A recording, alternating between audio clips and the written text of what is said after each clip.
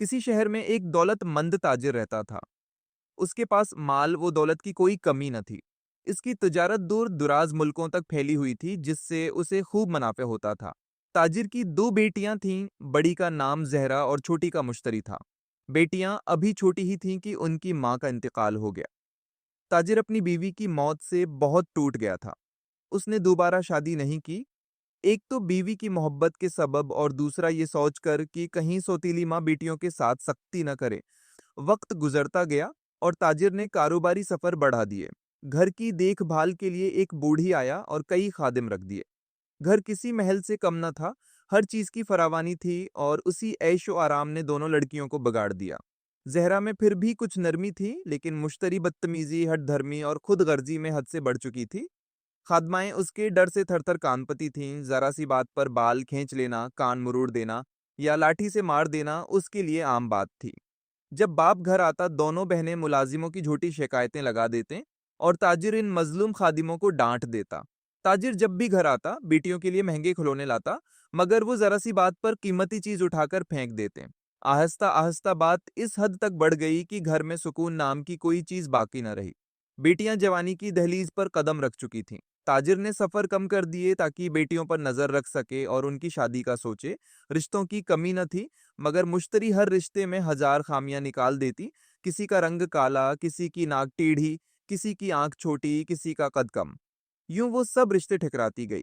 بلاخر اللہ کے کرم سے زہرا کی شادی ہو گئی، مگر مشتری اب بھی اپنی زد اور غرور میں ڈوبی رہی۔ تاجر کی عمر بڑھ گئی، پریشانیاں بڑھ گئیں اور مشتری کی بد کلامی نے اس کی زندگی کو عذاب بنا دیا۔ انہی دنوں تاجر کے ایک عزیز دوست کا بیٹا حسن، جو نہایت نیک، سمجھدار اور شریف لڑکا تھا، تاجر سے ملا اور بولا، چچا جان، میں مشتری سے نکاح کرنا چاہتا ہوں، لیکن ایک شرط ہے، شادی کے بعد میرے معاملات میں مداخلت نہ کیجیے گا۔ تاجر نے منع کیا کہ مشتری جیسی لڑکی سے شادی کر کے وہ اپنی زندگی برباد نہ کرے، مگر حسن نے اصرار کیا۔ آخرکار تاجر نے ہاں کر دی۔ اگلے دن حسن گھر آیا اور جیسے ہی بیٹھا، ملازمائیں روتی ہوئی اس کے سامنے آ گئیں۔ کسی کے سر پر مشتری نے تھالی دے ماری تھی، کسی کی چوٹی کاٹ دی تھی۔ تاجر نے شرمندہ ہو کر ان کی مرہم پٹی کرائی اور حسن کو سمجھایا کہ بیٹا، یہ گھر نہیں جہنم ہے، ابھی بھی وقت ہے، فیصلہ بدل لے۔ Okay sir. مگر حسن مسکرایا اور بولا، چچا، سب مجھ پر چھوڑ دیں۔ اگلے دن ایک خوبرو نوجوان حسن کمرے میں داخل ہوا۔ مشتری نے اسے دیکھا تو حسب عادت اس کا مذاق اڑانے لگی۔ لڑکا گھبرا کر عجیب سے لہجے میں بولا، میری پیاری مشتری، کیا تم مجھ سے نکاح کرو گی؟ مشتری نے طنزیہ انداز میں ہاں ہاں قبول ہے کہا۔ لیکن یہ کیا؟ حسن فوراً باہر گیا اور قاضی سے نکاح پڑھوا لیا۔ نہ گھر والے نہ رشتہ دار، محض ایک جملہ، اور نکاح مکمل ہو گیا۔ مشتری سمجھ ہی نہ پائی کہ یہ کیا ہو گیا۔ اس سے پہلے کہ وہ کچھ سوچتی، حسن نے اسے مضبوطی سے پکڑا، گھر سے باہر نکالا اور ایک ٹوٹی پھوٹی ہوا نکلی ہوئی گاڑی کے پاس لے گیا۔